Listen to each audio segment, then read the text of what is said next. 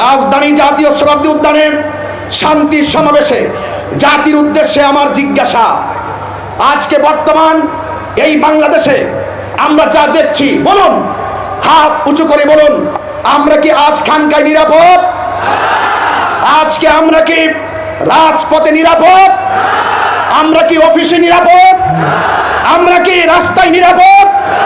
আমরা এতই নির্লজ্জ, আমাদের সমাজের কিছু মানুষ এতই নির্লজ্জ, বেহায়াপনায় নিমজ্জিত হয়েছে, যারা রাসূল পাকের শুভ আগমনের দিনে, শুভ আগমনের চাঁদে তারা এই দুনিয়ার উপরের মানুষগুলো ওই হায়নাদের কাছে যেমন নিরাপদ না, তাদের কাছে আজকে অন্ধকার কবরে যারা চিরদিনের জন্য চলে যায়, সেই লাশ পর্যন্ত ওই হায়নাদের কাছে নিরাপদ না।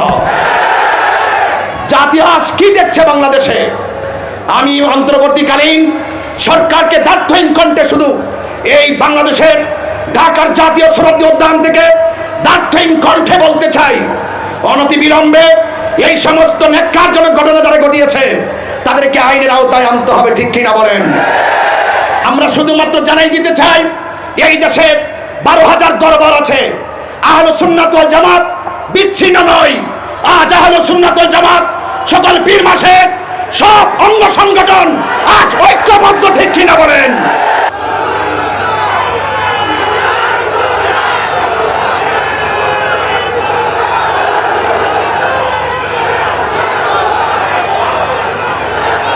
আমার সুন্নি জনতা এই দেশের ক্রাইসিস মুভমেন্টে, কোন সংকটে, কোন দুর্যোগে, এই দেশের সার্বভৌমত্ব রক্ষায়, এই দেশের ধর্মের সুরক্ষায়, সম্প্রীতি রক্ষায় যদি আমাদেরকে কখনো ডাক দেওয়া হয়, আমরা কি এভাবে, আমরা কি রাজপথে আসতে প্রস্তুত আছে?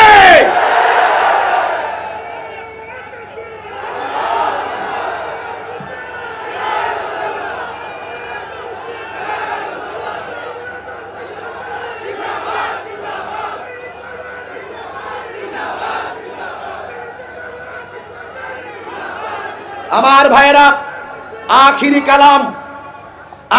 কালাম আমি সরকার প্রধানকে আন্তরিকভাবে বলে দিতে চাই, কিন্তু যারা এই মৃত লাশকে উপরে তুলে আঘাত করে আগুন দিয়ে পোড়ায়, এরা কখনো সভ্য জাতি হতে পারে না। এরা বর্বর জাতি হিসেবে বারবার বিবেচিত হয়েছে। আমি মনে করি বিগত দিনে, গত 2024 5ই আগস্টের পরে আমাদের এই দেশে যেইভাবে আমাদের 90টি মাজার ভাঙচুর করা হয়েছে, ওই সময় যদি ওই ধর্মান্ধদের লাগাম টেনে দেওয়া হতো, তাহলে আজকে কবরের লাশের গায়ে আগুন ধরাতে পারতো না। কথা বলে ঠিক কিনা? এই জন্য পবিত্র ঈদে মিলাদুন নবী সাল্লাল্লাহু আলাইহি সাল্লাম উপলক্ষে জশ্ন জুলুস আনন্দলিতে আমাদের দেশবাসীর উদ্দেশ্যে বার্তা হলো এতটুকুই, আল্লাহর হাবিব পৃথিবীতে এসেছেন, শান্তির বার্তা নিয়ে এসেছেন। লাকাদ কানা লাকুম ফি রাসূলিল্লাহি উসওয়াতুন হাসানা। রাসূল পাক সাল্লাল্লাহু আলাইহি সাল্লাম আমাদের জন্য উত্তম আদর্শ, আমাদের জন্য মডেল।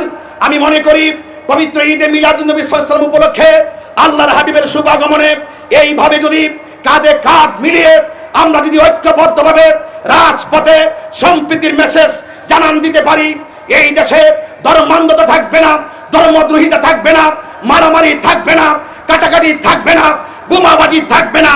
কথা বলেন ঠিক কিনা বলেন?